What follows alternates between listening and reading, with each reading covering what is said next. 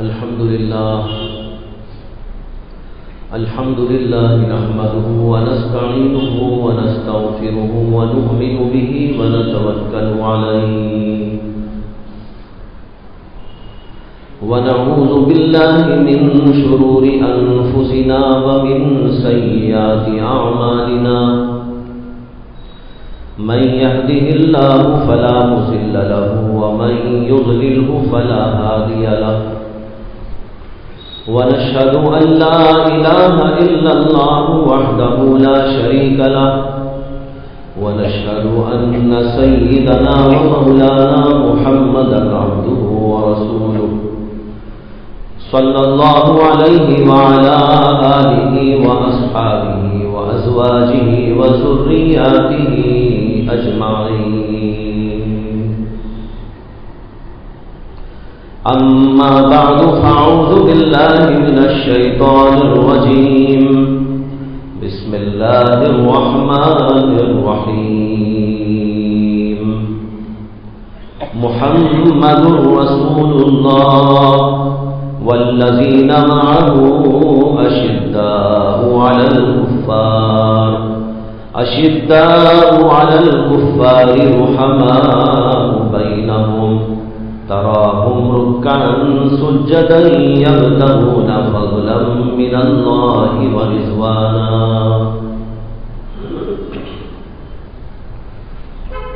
محترم حضرات، بھائیو، بزرگوں اور دوستوں، جو آیت ابھی آپ کے سامنے تلاوت کی گئی، اس سے متعلق گزشتہ اور پیوستہ جمعہ میں بھی عرض کیا گیا تھا۔ اس آیت میں اللہ کے نبی محمد رسول اللہ صلی اللہ علیہ وسلم اور آپ کے صحابہ رضوان اللہ تعالی علیہ اجمعین کی خصوصیات بیان کی گئی، اور میں نے ان چیزوں کو جو اس کے اندر بیان کی گئی ہیں یہ عرض کیا تھا کہ اسلامی معاشرے کا امتیاز ہے۔ جو بھی اسلامی معاشرہ کہیں بھی دنیا میں وجود میں آئے تو اس کو چاہیے کہ وہ انہی خصوصیات کو پیش نظر رکھے، اور جو بھی معاشرہ ان خصوصیات کا حامل اور انہی بنیادوں پر کھڑا کیا ہوگا وہ واقعی اور حقیقی معنی میں اسلامی معاشرہ ہوگا۔ اسی ضمن میں میں نے محمد الرسول اللہ اس جملے کی آپ حضرات کے سامنے تھوڑی سی تشریح عرض کی تھی۔ اس کے بعد آگے اللہ تعالیٰ فرماتے ہیں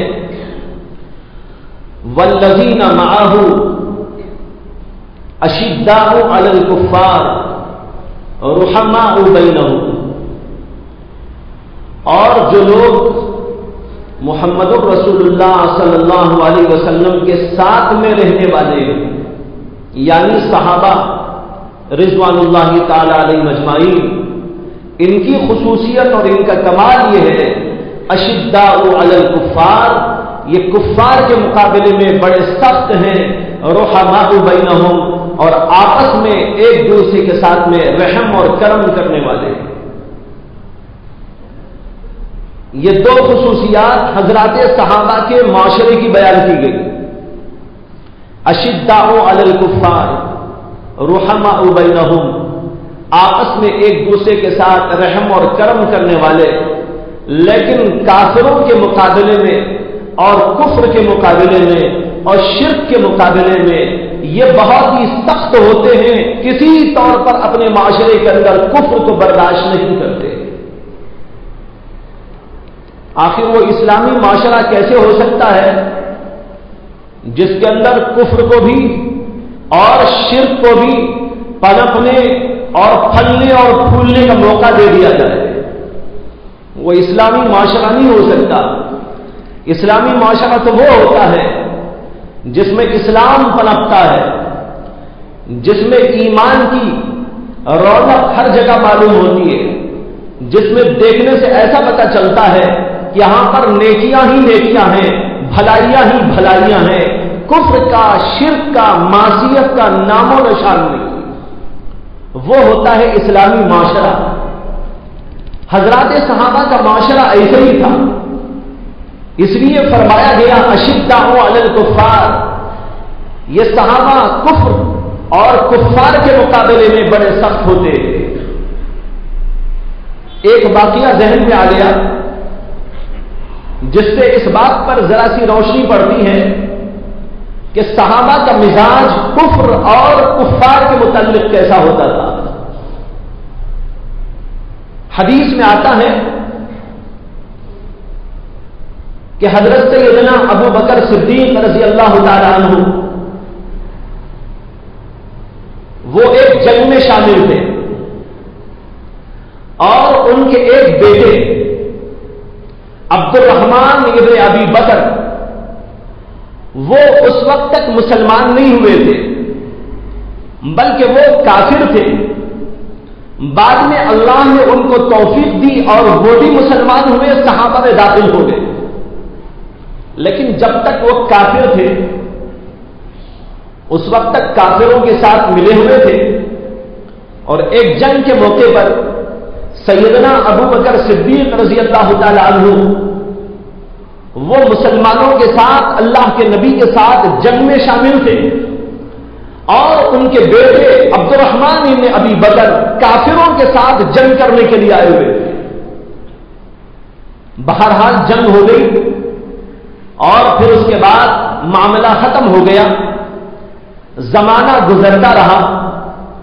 بعد میں اللہ نے توفیق دی عبد الرحمن ابن ابی بکر کو، اللہ نے ان کو بھی مسلمان بنا دیا۔ جب وہ اسلام لے آئے تو ایک دن اپنے والد حضرت ابو بکر صدیق رضی اللہ تعالی عنہ سے کہنے لگے کہ ابا جی فلاں وقت جو میدان جنگ میں آپ بھی تشریف لائے تھے اور محمد صلی اللہ علیہ وسلم کی طرف سے آپ لڑ رہے تھے اور میں کافروں کی طرف سے آیا تھا اور جنگ ہو رہی تھی، تو اس وقت ایک موقع ایسا آیا کہ آپ بالکل میرے سامنے تھے، اور اس وقت اگر میں چاہتا تو آپ کو قتل کر سکتا تھا، میرے ہاتھ اٹھ سکتے تھے، لیکن میرے دل میں یہ آیا کہ آپ تو میرے باپ ہیں، اس لیے باپ کا خیال کر کے میں نے چھوڑ دیا ہے۔ یہ کہنے والے کون ہیں؟ حضرت ابو بکر صدیق رضی اللہ تعالی عنہ کے صاحبزادے۔ یہ انہوں نے باپ کی طرف نظر کی اور ان کی عظمت اور محبت میں ان کو چھوڑ دیا اور اس کا اظہار کرنے لگے، تو حضرت ابو بکر صدیق نے اس کے جواب کے اندر جو فرمایا وہ عجیب و غریب بات تھی۔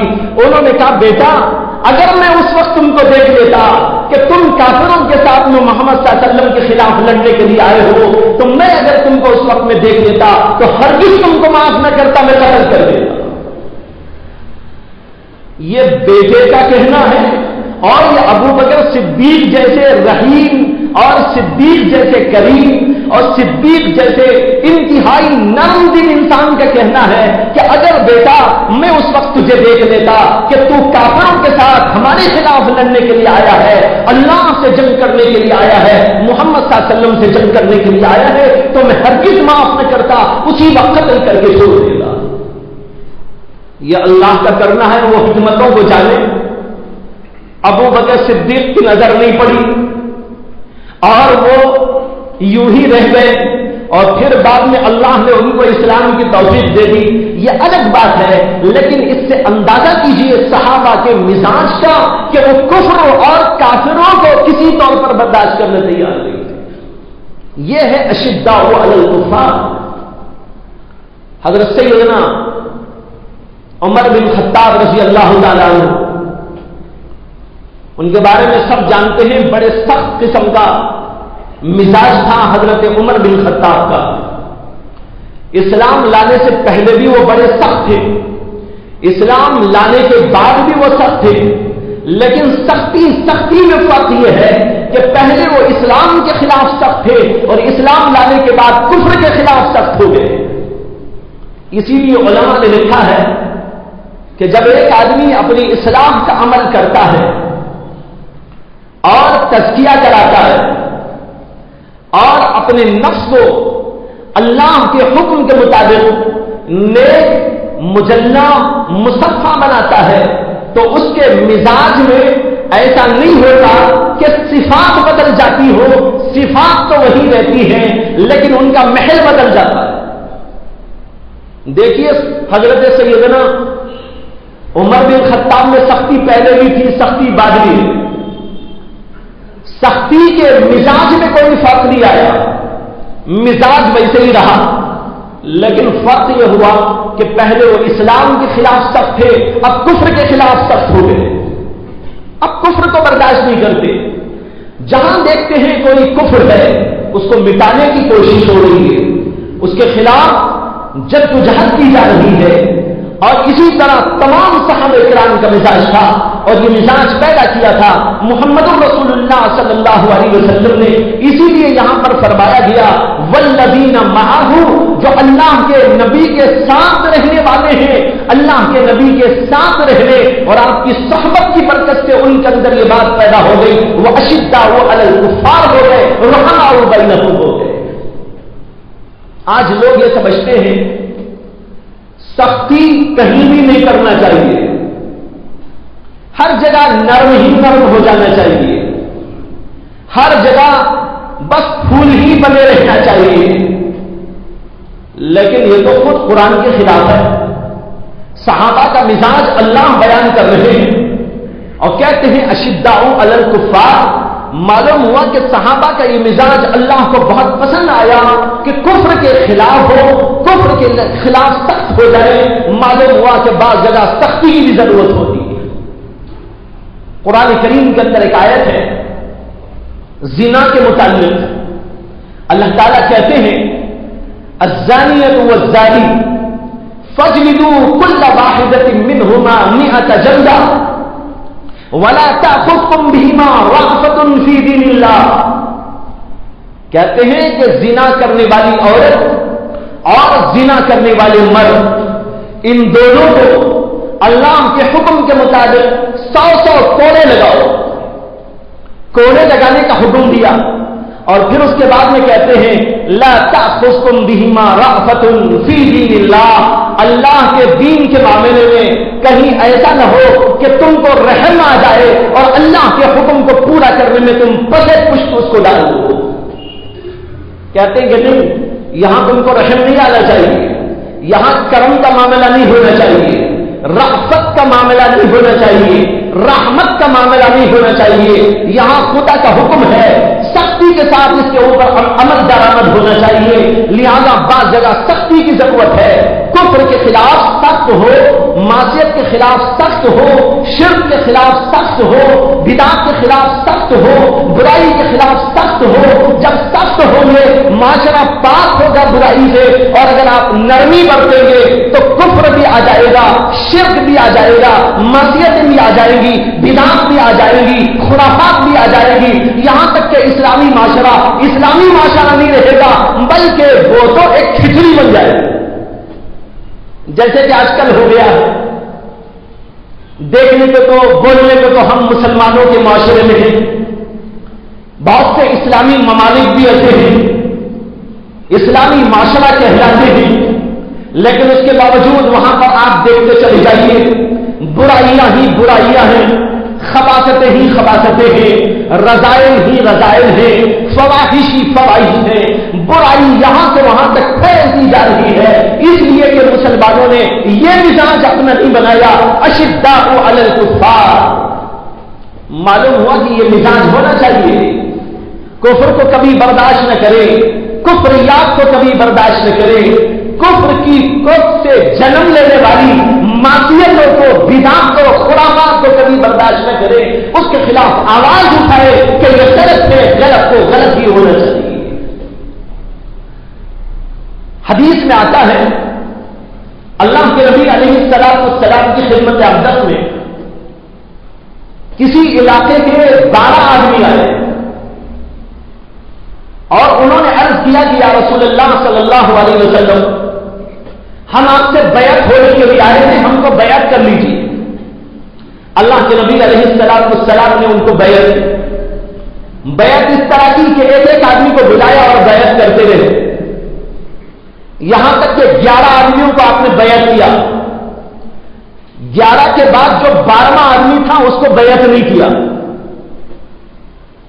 آنے والے ان صحابہ نے عرض کیا کہ یا رسول اللہ، یہ صاحب بھی بیعت ہی ہونے کے لیے آئے ہیں، ان کو بھی بیعت کر لیجیے۔ اللہ کے نبی صلی اللہ علیہ وسلم نے فرمایا نہیں، میں اس آدمی کو بیعت نہیں کروں گا، اس لیے کہ اس کے جسم پر ایک ایسی چیز ہے کہ اگر وہ چیز میرے جسم پر یا تمہارے میں سے کسی کے جسم پر آ جائے تو ہم سب کے سب مشرک ہو جائیں گے۔ میں اس کو بیعت نہیں کرتا، اس کے جسم کے اوپر تو ایک ایسی چیز ہے۔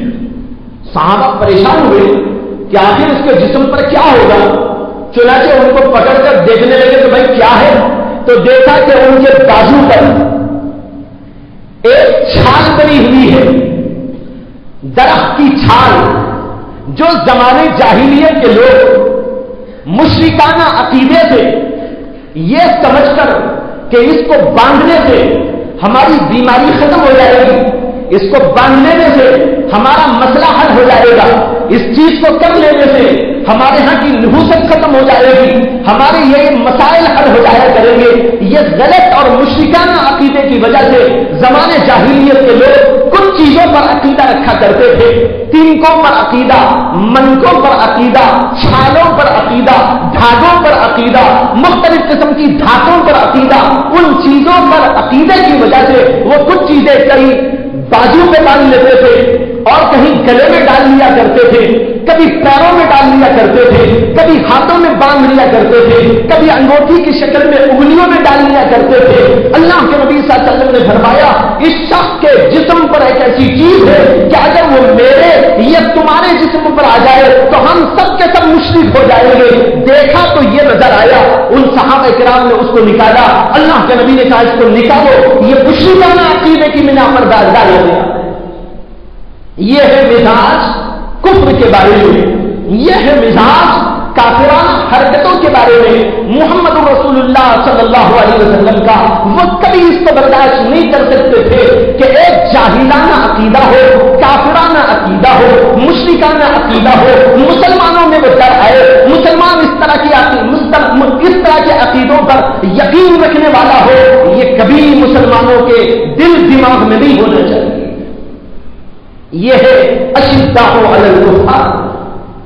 یہاں کافر تو نہیں تھے، وہ آنے والے صحابی تھے، لیکن اسلام کے بارے میں واقفیت نہیں تھی، اللہ کے نبی سے دور کسی اور علاقے میں رہنے والے تھے، وہاں سے یہاں آئے تھے بیعت ہونے کے لیے، لیکن وہ غلط عقیدے کی بنا پر ڈال کے آئے تھے۔ اللہ کے رسول نے اس کو کسی طور پر برداشت نہیں کیا۔ ذرا غور کیجیے ہمارے معاشرے میں کتنے ایسے لوگ ہیں جو دھاگوں پر، منکوں پر یقین رکھتے ہیں۔ بعض لوگوں کو دیکھا ہے دھاگے ڈالے ہوئے ہیں، منکے ڈالے ہوئے ہیں، تان سے لگائے ہوئے ہیں۔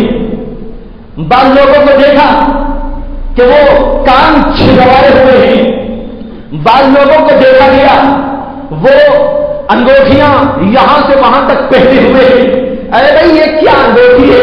کہنے لگے کہ یہ انگوٹھی تجارت میں ترقی کے لیے ہے، یہ انگوٹھی بیماری کو ختم کرنے کے لیے ہے، اور یہ ترقی بیوی سے اور بچوں سے اچھے سلوک کے لیے ہے، اور یہ ہمارے رشتہ داروں کے لیے ہے، اور یہ جادو منتر اتارنے کے لیے ہے، یہ جنات و شیاطین و بھوت پریت کے لیے۔ لا حول ولا قوت الا باللہ۔ یہ مسلمان ہو کر عقیدہ، یہ مسلمانوں کا عقیدہ نہیں ہو سکتا، یہ کسی کافر کا عقیدہ تو ہو سکتا ہے، یہ کسی غلط انسان کا عقیدہ تو ہو سکتا ہے۔ ایک آدمی مسلمان ہو، اسلام پر یقین رکھتا ہو اور وہ یہ سمجھتا ہو کہ اچھائی اور برائی میرے خالق اور مالک کے ہاتھ میں ہے۔ بیماری دینے والا کون؟ ہمارا مالک۔ شفا دینے والا کون؟ ہمارا خالق۔ ہمیں اچھائی دینے والا کون؟ وہی ہمارا خدا۔ اور ہمیں کسی برائی میں اور کسی جو ہے پریشانی میں مبتلا کرنے والا کون؟ وہی ہے جس کی مشیت، جس کے ارادے سے یہ پوری کائنات کا ذرہ ذرہ چل رہا ہے۔ اگر اس کی مشیت نہ ہو تو ایک دانہ بھی پیدا نہ ہو، ایک قطرہ بھی ہم کو نصیب نہ ہو، اور وہ اگر چاہے تو ہمارے لیے کوئی پریشانی نہ ہو، سب کچھ اسی کے اختیار میں ہے۔ یہ مسلمانوں کا عقیدہ ہوتا ہے۔ رزق دینے والا وہی، رزق میں زیادتی کرنے والا وہی، رزق کو کم کرنے والا وہی، کسی کو فقیر بنانے والا وہی اور کسی کو امیر بنانے والا وہی، سارا اختیار، ساری قدرت کا مالک وہی ایک اللہ ہے۔ یہ مسلمانوں کا عقیدہ ہے، یہ قرآن نے سکھایا، اور قرآن کی پہلی ہی سورت کے اندر ہم کو یہ درس دیا گیا، الحمدللہ رب العالمین، رب العالمین تو اللہ ہے، یہی الرحمن ہے، یہی الرحیم ہے، اور آگے چل کر سکھایا گیا، بولو ایاک نعبد و ایاک نستعین، اے اللہ ہم تیری ہی عبادت کرتے ہیں، اب تجھی سے مدد مانگتے ہیں، کسی سے مدد نہیں مانگتے۔ دھاگوں سے مدد؟ ارے ہم تو یہ کہتے ہیں اولیاء اللہ سے بھی مدد مانگنا جائز نہیں۔ اولیاء اللہ کی تعظیم کرو، اولیاء اللہ نے جو درس دیا اس کو قبول کرو، اولیاء اللہ کی تعلیمات کے اوپر عمل کرو، لیکن خود ان کو جا کر یوں کہو، یوں کہنا کہ تم ہمارا کام بنا دو، یہ جائز نہیں ہے اسلام کے اندر۔ اب تم کو اور منزوں اور دھاگوں اور ان چیزوں پر یقین رکھا جائے جن کی کوئی حقیقت ہی نہیں ہے، یہ اسلام کے اندر کیسے جائز ہو سکتا ہے؟ ایک صحابی نے حضرت حذیفہ ابن یمان رضی اللہ تعالی، مشہور صحابی، کہتے ہیں کہ ان کے زمانے کے ایک آدمی کو کوئی بیماری لاحق ہو گئی، وہ اس کی تیمارداری کے لیے، مزاج پرسی کے لیے گئے۔ جب گئے تو اس آدمی کے ہاتھ میں انہوں نے دیکھا کہ دھاگا بندھا ہوا۔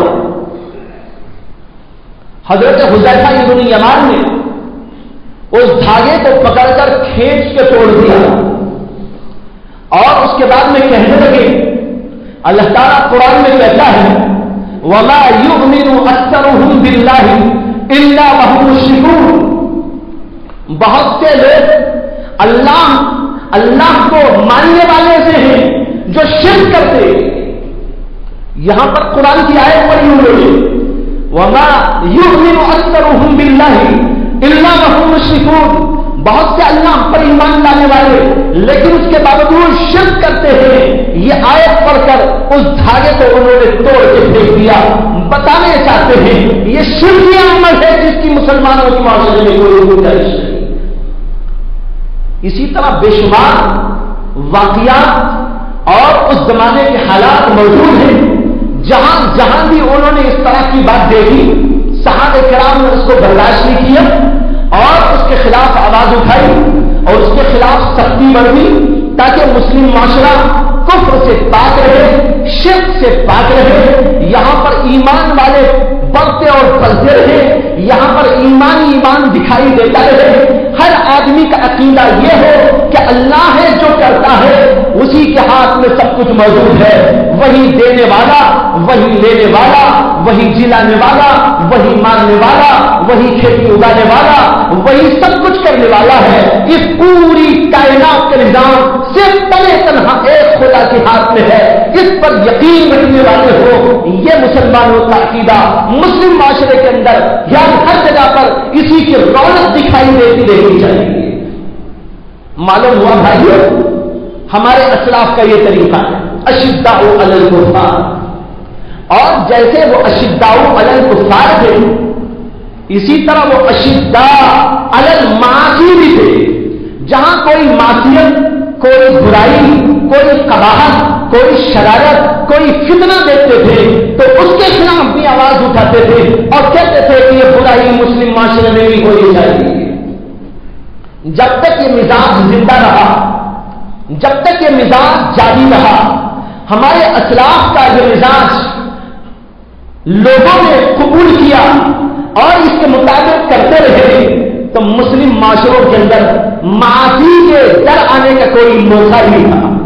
جہاں معصیت آئی دروازہ وہیں بند کر دیا، جہاں کوئی قباحت نظر آئی اس کو وہیں سے پار کر دیا، جہاں کوئی فتنہ ابھرتا دیکھا وہیں اس کو دبا کے ختم کر دیا، تاکہ یہ پھلنے اور پھولنے نہ پائے اور مسلم معاشرے کے اندر برائیاں اور قباحتیں اور شناعتیں یہاں سے وہاں تک عام نہ ہو جائے. یہی وہ چیز ہے جس کو امر بالمعروف اور نہی عن المنکر سے تعبیر کیا جاتا ہے کہ برائی کو دیکھ کر برائی کے راستے بند کر دو. جب یہ ہوگا تو کتنا پاکیزہ معاشرہ ہوگا. ہر جگہ پر نیکی ہی نیکی نظر آئے گی، برائی کہیں نظر نہیں آئے گی. اللہ کے نبی علیہ السلام برائی کو دیکھتے تھے تو اس برائی پر روک ٹوک کرتے تھے، اس برائی کو جڑ سے اکھاڑ پھینکتے تھے. حضرات صحابہ رضوان اللہ تعالی اجمعین جب برائی کو دیکھتے تھے تو برائی کو ختم کرنے کی کوشش کرتے تھے کہ ہمارے اسلامی معاشرے کے اندر اس کے لیے کوئی جواز نہیں. یہیں سے ایک نقطہ آپ سمجھیے کہ امر بالمعروف اور نہی عن المنکر کی جو اصطلاحیں ہیں اس میں دو لفظ آئے، ایک لفظ معروف اور ایک لفظ منکر. معروف کے معنی کیا، منکر کے معنی کیا، ذرا اس کو سمجھنے کی کوشش کریں. اور جب آپ اس کو سمجھیں گے تو اسلامی معاشرے کا امتیاز بھی سمجھ میں آئے گا کہ اسلامی معاشرہ کیسے ہوتا ہے. عربی زبان میں معروف کے معنی آتے ہیں جانی پہچانی چیز، جو بھی جانی پہچانی ہو. مثال کے طور پر میں آپ کو جانتا ہوں، ملاقات ہو گئی تو میں کہوں گا کہ بھئی ایک معروف آدمی سے ملاقات ہو گئی. آپ انجانے نہیں ہیں میرے لیے، جاننے والے، میں آپ کو جاننے والا، اس لیے ہم ایک دوسرے کے لیے معروف ہیں. اور یہ سب سے معروف مشہور کے معنی میں بھی ہماری زبان میں استعمال ہوتا ہے. کہتے ہیں فلاں صاحب بڑے معروف ہے، فلاں جگہ کی چیز بڑی معروف ہے، فلاں جگہ کی مٹھائی بڑی معروف ہے، فلاں جگہ کی فلاں چیز بڑی معروف ہے، فلاں جگہ کی مسجد بڑی معروف ہے. یہ معروف کا لفظ بہت معروف ہے، سب لوگ اس کو جانتے ہیں. اس کے معنی ہی ہیں جانی پہچانی چیز جو مشہور ہو، جس کو ہر آدمی جانتا اور پہچانتا ہو، اس کو کہتے ہیں معروف. اور منکر کے معنی کیا؟ منکر کے معنی بالکل اس کے خلاف، انجانی چیز جس کو پہچانا نہ جائے اور پتہ نہ ہو کہ یہ کون چیز ہے، پتہ نہ ہو کہ کون شخصیت ہے، اس کو کہتے ہیں منکر. اب یہاں سمجھنے کی بات یہ ہے کہ اللہ تعالیٰ نے کہا امر بالمعروف کرو، وامر بالمعروف، معروف کا حکم دو، یعنی جو جانی پہچانی چیز ہے اور جو معروف اور مشہور چیز ہے اس کا حکم دو. اور جو چیز معروف نہ ہو، جو چیز منکر ہو، جس کو تم جانتے نہ ہو، جس کو تم پہچانتے نہ ہو، اس چیز کے بارے میں نہیں کرو اور منع کرو کہ یہ ہمارے معاشرے میں نہیں آ سکتی. اب سوچنے کی بات ہے کہ جہاں بھی قرآن نے معروف کہا وہ نیکی کو فرمایا، اور جہاں بھی لفظ منکر استعمال فرمایا ہے وہ برائی کے لیے استعمال فرمایا ہے. جتنے گناہ ہیں وہ منکر ہیں، جتنی معصیتیں ہیں وہ منکر ہیں، جتنی شرارتیں ہیں وہ منکر ہیں، جو اللہ کی نافرمانیاں ہیں وہ منکرات میں داخل ہیں. جو چیز کہ اللہ کا حکم ہے، اللہ کے نبی کا حکم ہے اور اچھی اور بھلی چیز ہے، اس کو اسلام کہتا ہے یہ معروف ہے. اب سوچنا یہ ہے کہ اللہ نے نیکی کو معروف کیوں کہا؟ اس لیے معروف کہا مسلم معاشرے کے اندر نیکی جانی پہچانی ہوتی ہے. نماز کو لوگ جانتے ہیں، روزے کو لوگ جانتے ہیں، ذکر کو لوگ جانتے ہیں، اچھائی کو لوگ جانتے ہیں، صدقات کو لوگ جانتے ہیں، قربانیوں کو لوگ جانتے ہیں، زکات کے بارے میں لوگ جانتے ہیں، حج کے بارے میں لوگ جانتے ہیں. یہ سب کی سب معروفات ہے. جتنی بھلائیاں، جتنی اچھائیاں، جتنی نیکیاں، جتنی طاعتیں، جتنی اچھائیاں، وہ سب کی سب مسلم معاشرے کے اندر جانی پہچانی ہوئی ہوتی ہے. کوئی آدمی ایسا نہیں ہوتا جو ان کو جانتا نہ ہو. لیکن جتنی برائیاں اللہ ان کے بارے میں کہتے ہیں یہ منکر ہے. کیا مطلب؟ تم لوگ اس کو جانتے ہی نہیں۔ شراب کیا مسلم معاشرہ نہیں جانتا، جوا کیا مسلم معاشرہ نہیں جانتا، جھوٹ کیا مسلم معاشرہ نہیں جانتا، رشوت کیا مسلم معاشرہ نہیں جانتا، سود خوری کیا مسلم معاشرہ نہیں جانتا، دھوکے بازی کسے کہتے ہیں یہ مسلم معاشرے کو پتا نہیں۔ یہ برائیاں ہیں اور برائیوں کو مسلم معاشرہ جانتا ہی نہیں، پہچانتا ہی نہیں، اس لیے جتنی برائیاں ہیں اس کے لیے لفظ منکر استعمال کیا گیا، یہ بتانے کے لیے کہ اے مسلمانوں تمہارے معاشرے کے اندر نیکیوں کا تو چلن ہونا چاہیے، وہ تمہارے درمیان میں معروف ہونا چاہیے، وہ مشہور ہونا چاہیے، وہ چلتی ہوئی دکھائی دینا چاہیے، اور جتنی برائیاں ہیں وہ تمہارے لیے انجانی اور نا پہچانی اور بالکل تمہارے لیے گویا کہ دور کی چیز ہونا چاہیے کہ ہمارا اس کا کوئی واسطہ نہیں۔ یہ ہے مسلم معاشرے کا امتیاز۔ اس لیے آپ دیکھیے جہاں بھی اللہ نے کہا یہی تعبیر فرمایا وَأْمُرْ بِالْمَعْرُوفِ وَانْهِ عَنِ الْمُنكَرِ، بعض جگہ پر فرمایا گیا وَلْتَكُن مِّنكُمْ أُمَّةٌ يَدْعُونَ إِلَى الْخَيْرِ يَأْمُرُونَ بِالْمَعْرُوفِ وَيَنْهَوْنَ عَنِ الْمُنكَرِ، بعض جگہ پر فرمایا گیا كُنتُمْ خَيْرَ أُمَّةٍ أُخْرِجَتْ لِلنَّاسِ تَأْمُرُونَ بِالْمَعْرُوفِ وَتَنْهَوْنَ عَنِ الْمُنكَرِ، جہاں بھی فرمایا یہی لفظ معروف لفظ منکر لایا اور بتانا چاہا جتنی اچھائیاں ہیں وہ ہماری جانی پہچانی ہونی چاہیے، جتنی برائیاں ہیں وہ انجانی اور نا پہچانی ہونا چاہیے۔ اگر کہیں ہو رہی ہو آپ انگلی اٹھائیں، ارے یہ کیا ہو رہا ہے، یہ کیا برائی ہو رہی ہے، یہ کیا قباحت ہو رہی ہے؟ کیا مسلم معاشرے کے اندر شراب پی جائے گی؟ مسلم معاشرے کے اندر ڈانس کیا جائے گا؟ کیا مسلم معاشرے کے اندر جھوٹ بولا جائے گا؟ کیا مسلم معاشرے کے اندر غلط بیانی کی جائے گی؟ کیا مسلم معاشرے کے اندر رشوت خوری ہوگی؟ کیا مسلم معاشرے کے اندر سود خوری کا چلن ہوگا؟ کیا مسلم معاشرے کے اندر دھوکے بازی چلا کرے گی؟ نہیں، یہ ہمارے لیے بالکل منکر اور انجانی چیزیں ہیں، ہم اس کو جانتے ہی نہیں کہ کیا ہے، اس لیے ہم اس کو اپنے معاشرے سے اٹھا کے باہر پھینک دیں۔ یہ ہے اسلامی معاشرے کا امتیاز۔ آج بھائیوں جب سے یہ ختم ہو گیا لوگوں نے معروف کو منکر سمجھ لیا اور منکر کو معروف، لا حول ولا قوت الا باللہ، جو انجانی چیز تھی وہ ہمارے گلے لگ گئی، ہم نے اس کو گلے سے لگا لیا، ہم نے سمجھا بہت اچھا چلو جھوٹ بھی ہمارے ہاں چلے گا، ارے آئیے رشوت بھی ہمارے ہاں چلے گی، ارے آؤ سود بھی ہمارے دربار میں چلا کرے گا، ارے آؤ یہاں ڈانس کے لیے بھی گنجائشیں موجود ہے، ارے چلے آؤ یہاں باجے کے لیے بھی گنجائش موجود ہے، ارے چلے آؤ میوزک کے لیے بھی گنجائش موجود ہے، ارے چلے آؤ یہاں پر دھوکے بازی بھی چلا کرے گی۔ لا حول ولا قوت الا باللہ، یہ مسلم معاشرہ نہیں ہو سکتا، یہ کافروں کا معاشرہ ہو سکتا ہے۔ مسلم معاشرہ وہ ہوتا ہے جہاں نماز کا چلن ہوتا ہے، جہاں زکات کا چلن ہوتا ہے، جہاں سچائی کا چلن ہوتا ہے، جہاں اخلاق کا چلن ہوتا ہے، جہاں بھلائی ہی بھلائی نظر آتی ہے، جہاں پر دیکھو وہاں پر نیکی ہی نیکی نظر آتی ہے، وہاں قال اللہ نظر آتا ہے، وہاں قال رسول نظر آتا ہے، وہاں پر ہر جگہ پر ذکر نظر آتا ہے، وہاں پر فکر نظر آتا ہے، ہر جگہ پر ایک نیکیوں کی فضا معلوم ہوتی ہے۔ یہ ہے مسلم معاشرے کا امتیاز۔ لیکن یہ کب ہوگا؟ میں یہی عرض کرنے جا رہا تھا، اشداء علی الکفار، سخت ہو کفر کے خلاف، سخت ہو معصیت کے خلاف، سخت ہو برائی کے خلاف، اور سب کے سب مل جل کر کہیں کہ جناب یہ برائی ہمارے معاشرے میں نہیں آنا چاہیے۔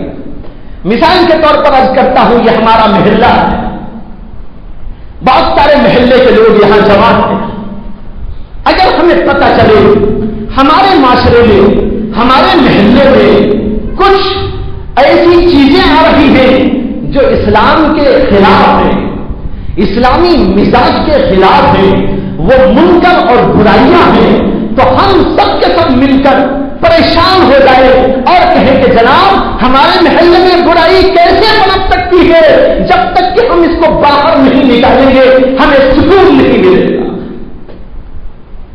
اس کے لیے جد و جہد ہو، اس کے لیے محنت ہو، اس کے لیے کوششیں ہو، اس کے لیے غور و فکر ہو، اس کو مٹانے کی کوششیں ہو، اس کے لیے اسباب جمع کیے جائے، اس کے لیے بار بار غور و فکر کیا جائے، اور کسی بھی طور پر برائی کو باہر نکالنے کی کوشش کی جائے، جب تک ایسا نہیں ہوگا اس وقت تک برائی نہ ختم نہیں ہوگی بلکہ برائی بڑھتی چلی جائے گی۔ معاملہ کہاں سے کہاں تک پہنچتا ہے جب یوں چھوٹ دے دی جاتی ہے، جیسے کہ میں نے کہا معروف کو منکر سمجھ لیا جاتا ہے اور منکر کو معروف سمجھ لیا جاتا ہے، اچھائی کو برائی سمجھ لیا جاتا ہے، برائی کو اچھائی سمجھ لیا جاتا ہے۔ نتیجہ یہاں تک پہنچتا ہے کہ برائی کو برائی کہنا مشکل ہو جاتا ہے۔ آپ کہیں جناب یہ برائی، لوگ کہتے کہ برائی کو برائی کیوں کہا؟ اس کا دماغ خراب ہو گیا ہے، اس کا مزاج غلط ہو گیا ہے، اور اس کو معلوم نہیں کہ کیا جنون طاری ہو گیا ہے کہ یہ کیوں برائی کو برائی بولتا ہے۔ نہیں نہیں، ہمارے معاشرے میں برائی چلتی رہے گی، ہمارے معاشرے میں اچھائی نہ رہے کوئی مظاہرہ نہیں، یہ برائیاں چلی آئے، برائی کو کوئی برائی نہ بولے۔ بھائیوں، ایسا بار بار دیکھا گیا، بعض لوگ نماز غلط پڑھتے ہیں، جب ان کو کہا جاتا ہے کہ جناب یہ آپ کی نماز صحیح نہیں ہوئی، آپ نے رکوع جو کیا وہ صحیح نہیں تھا، آپ نے جو سجدے کیا وہ صحیح نہیں تھا، آپ نے جو فلاں چیز ادا کی اس کے اندر یہ نقص اور یہ عیب تھا، اس کو آپ ٹھیک کر لیجیے۔ وہ آدمی اڑ جاتا ہے اور کہتا ہے میری نماز سے تم کو کیا ہے، میں الٹا پڑھوں کہ سیدھا پڑھوں تم کو کیا ہے۔ یہ لوگوں کا اب مزاج بن گیا، حالانکہ کسی کی برائی کو برائی کہنا بڑی ہمدردی کا تقاضا ہوتا ہے۔ اس کی مثال ایسی ہے جیسے کوئی کسی گڑھے میں گرنے والا ہو، آپ جا کر اس سے کہیں جناب یہاں مت جائیے، یہاں گڑھا ہے اور یہاں کانٹے ہیں، یا یہاں سانپ بیٹھا ہوا ہے، یہاں ایک اجدھا موجود ہے، یہاں آپ نہ جائے، یہاں سے دور ادھر چلی جائیے۔ اور وہ آدمی کہنے لگے تمہارا دماغ خراب ہے، میں جا رہا ہوں تو مجھے جانے دو، کیوں مجھے منع کرتے ہو؟ معلوم ہوتا ہے کہ تمہارا دماغ خراب ہو گیا ہے۔ آپ بتائیے کہ دماغ خراب اس کا ہے یا اس کہنے والے کا ہے؟ دماغ اس کا خراب ہے جو اس کی مانتا نہیں ہے، اور جو آدمی بتا رہا ہے وہ ہمدردی سے بتا رہا ہے، وہ اس کے لیے جو ہے پیار اور محبت کا ثبوت دے رہا ہے کہ جناب یہ گڑھا ہے، اس میں تم گر نہ جاؤ، یہاں اجدھا ہے، کہیں ایسا نہ ہو کہ خطرہ پیش آ جائے، اس لیے ادھر نہ جانا چاہیے، دور اس سے ہو جانا چاہیے۔ اس کو غلط اور اس کو برا سمجھنا یہ دراصل بھائیوں حقیقت حال کو نہ سمجھنے کی وجہ سے ہے۔ حقیقت کو سمجھنے کی کوشش کی جائے، اس لیے کوئی بھی ہم کو برا کہے، ہماری برائی پر ٹوکے اور ہم کو کہے کہ جناب یہ بات غلط ہے جو نہیں ہونی چاہیے، اگر واقعی وہ غلط ہے تو دل کے ساتھ اس کو قبول کر لو۔ حضرت مولانا حکیم الامت اشرف علی تھانوی نور اللہ مرقدہ، ایک دفعہ ایسا ہوا کہ آپ مسجد کے اندر بیٹھے ہوئے، مسجد میں بیٹھ کر حضرت کو ایک ضرورت پڑ گئی۔ ضرورت یہ تھی کہ کچھ پیسے روپے تھے ان کا چلر کرانا تھا، جس کو کہتے ہیں ریزداری، یعنی چلر لینا، بندہ روپیہ دے کر اس کا چلر لینا، اس کی ضرورت پڑ گئی۔ تو حضرت نے ایک آدمی کو بلایا ان کی خانقاہ میں اور ان سے کہا کہ حضرت جناب تمہارے پاس جو ہے اتنے روپے کی ریزداری ہے، چلر پیسہ ہے؟ انہوں نے کہا جی ہے میرے پاس، جیب سے نکالنے لگے۔